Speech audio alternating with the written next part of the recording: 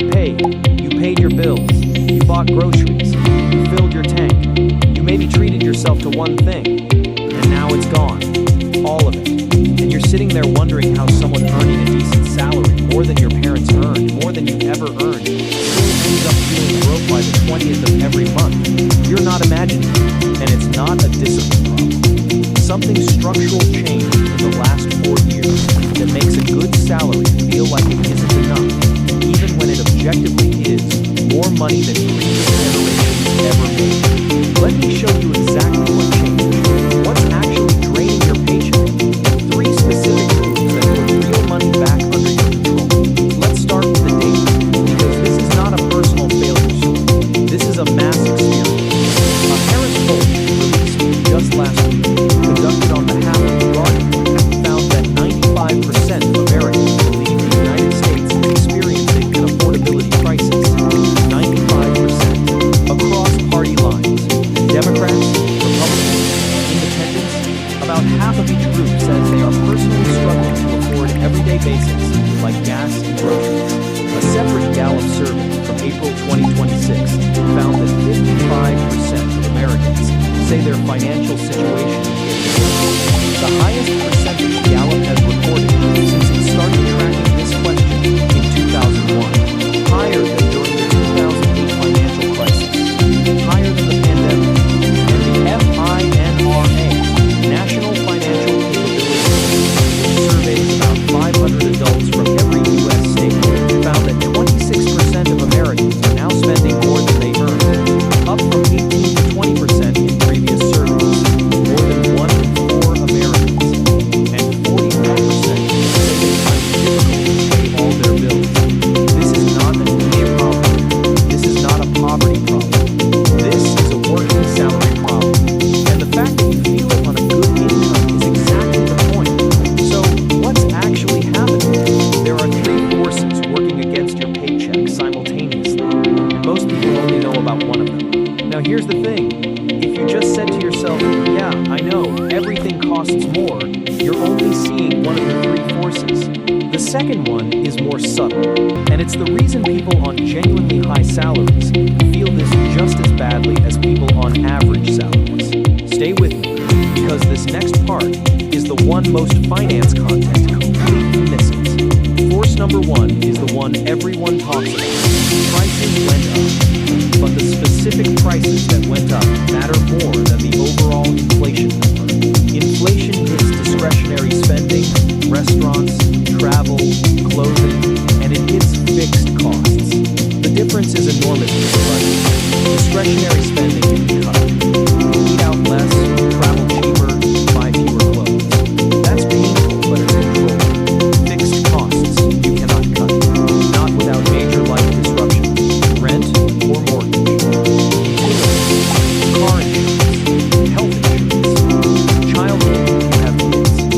These are monthly obligations that exist whether or not you had a good month, and those specific categories have risen sharply. The average utility bill in the U.S. is up approximately 6% over last year.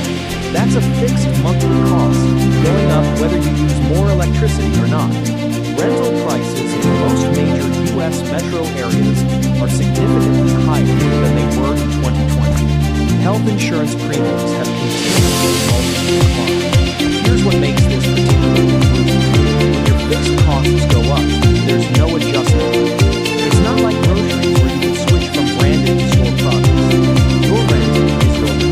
Your car insurance is your car insurance. These increases come straight off the top of your paycheck before you make a single spending decision. So imagine getting a 4% raise. Your fixed costs went up 6%. On paper, you earn more. In your account, you have less. That's not a thing. That's arithmetic. Fixed costs are the force you can see. But force number 2 is the one you mostly can't see, because it was designed to be invisible. And when I show you this next number, I want you to actually open your bank app and run this math on yourself, because I think the total is going to be bigger than you expect. Force number 2 is what I call the invisible drain, and it has 3 layers. Layer 1, subscriptions. Research from subscription management platforms consistently shows that the average American household spends over $200 a month on subscriptions. Most people estimate they spend around $80. The gap between what people think they're spending and what they're actually spending is more than 100%. Streaming services, cloud storage, gym memberships, app upgrades, meal kits that became automatic, and free trials that became paid plans. Each one is small. Collectively, they're a second utility bill. Layer 2, credit card interest. The Federal Reserve's G19 report for Q2 2026 shows the average APR on credit cards accruing interest is now 22.15%. Total U.S. credit card debt sits at $1.28 trillion. And here is the number that should change up. 55% of credit card balances are now being used to cover essentials, groceries, rent, utilities, and healthcare, not luxuries. Survival spending on a 22% interest rate. If you carry an average credit card balance and pay only the minimum, you're essentially paying a 22% annual tax on your cost of living. That's money that leaves your account silently every month and goes directly to a bank, not to your life. Layer 3, lifestyle inflation. This one is the most insidious because it feels like success every time your income went up. A raise, a promotion, a better job. Your spending probably went up proportionally. A nicer apartment, a newer car, better restaurants, upgraded subscriptions. None of those individual decisions was wrong.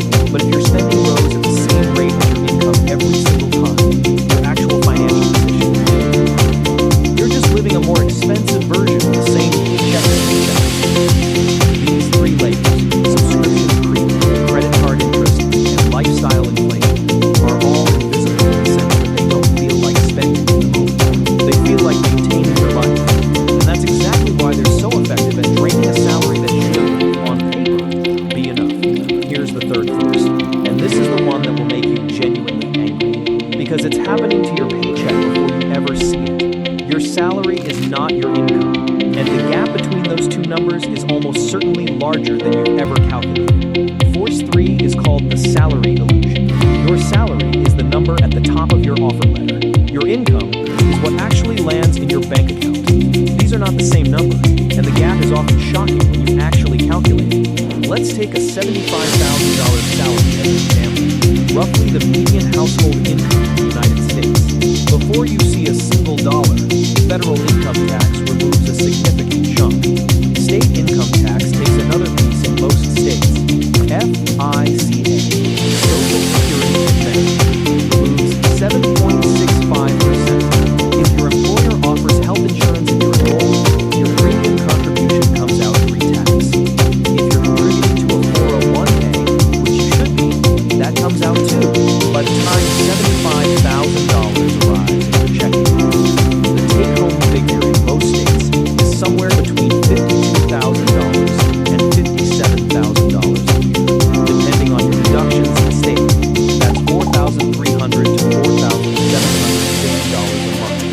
Now subtract rent in a mid-tier U.S. city, conservatively $1,400 to $2,000 a month.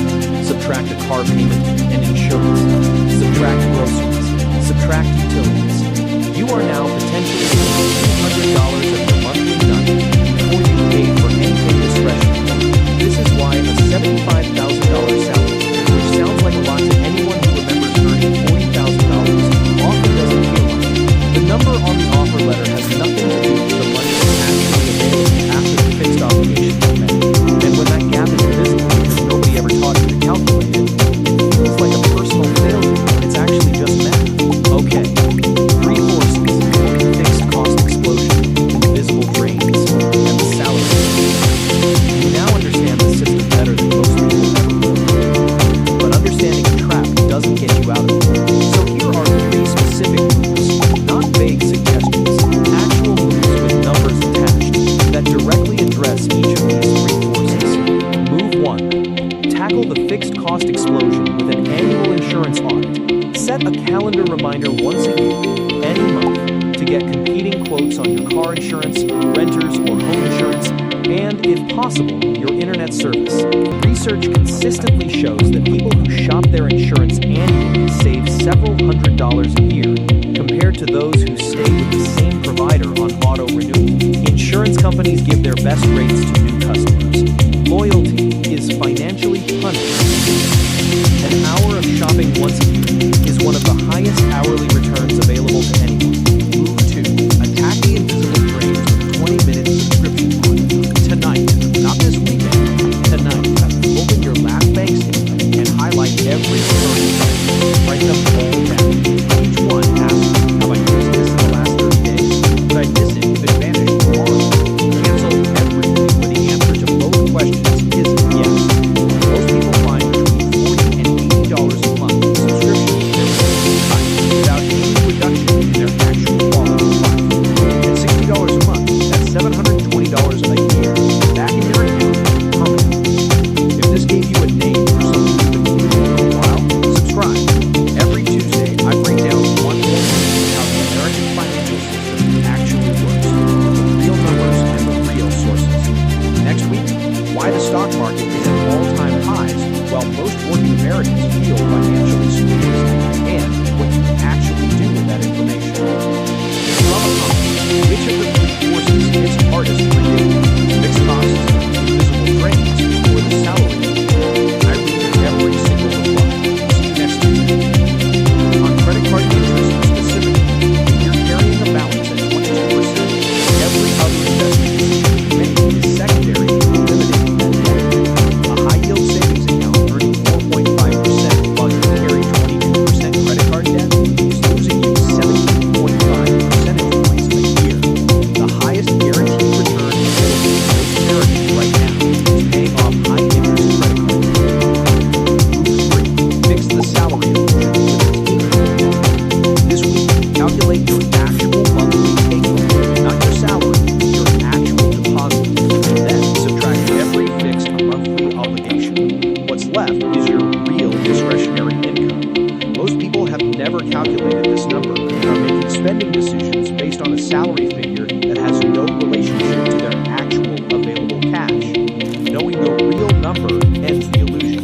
It also usually reveals one or two fixed costs worth renegotiating. A phone plan, a streaming bundle, a recurring service you forgot about. You're not bad with money. You're navigating a system where fixed costs went up without your permission, invisible drains run quietly in the background, and the salary that sounds large on paper shrinks significantly before you ever touch it. 3 forces, 3 moves. None of them require a second job or a dramatic lifestyle overhaul. They require about 2 hours of your time. You did not spend that money. Nobody did, but it is gone. This is how inflation affects your savings, and most people have no idea it is happening to them right now. Right now, with inflation sitting at 3.8% in 2020. Understanding exactly how inflation affects your savings is the most important financial concept you are not being taught, because inflation does not ask for your permission. It does not send you a bill. It does not show up as a transaction in your bank account. It just quietly, consistently reduces what every dollar you own can actually buy. And I'm going to show you the 3 specific ways it does this, because one of them is targeting a completely different part of your finances than you expect. Stay through to the end, because the third way inflation is destroying your savings is the one that accelerates everything else. And the fix for it takes about 15 minutes. The third mechanism is the one most finance videos never cover. We're getting there in 4 minutes. Let me make sure we are starting from the same place. Inflation is the steady, ongoing rise in the price of goods and services over time. When inflation is at 3.8%, which is where it sits in 2026, that means the basket of things you buy regularly costs 3.8% more than it did a year ago. Your groceries, your rent, your utilities, and your car insurance, all of it costs more. Not because you upgraded your lifestyle, just because time passed. In the winter of 2024 to 2025, the average household needed $911 to cover heating bills. This winter, $995. That is 9.2% more. on a bill you cannot skip.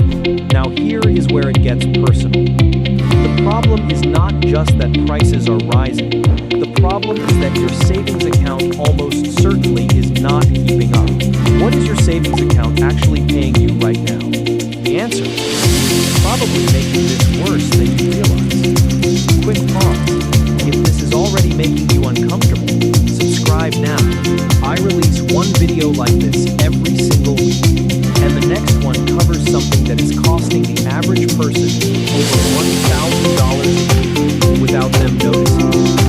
You do not want to miss it. The national average interest rate on a traditional savings account in 2026 is approximately 0.46% APY. You can verify this on the FDIC website right now. Inflation is running at 3.8%. Your savings account is paying you 0.46%. That gap, 3.8% minus 0.46%, is 3.34% every single year. That is the percentage of your savings that is vanishing in real purchasing power terms, even though the number in your account stays the same or grows slightly. $10,000 in a traditional savings account loses approximately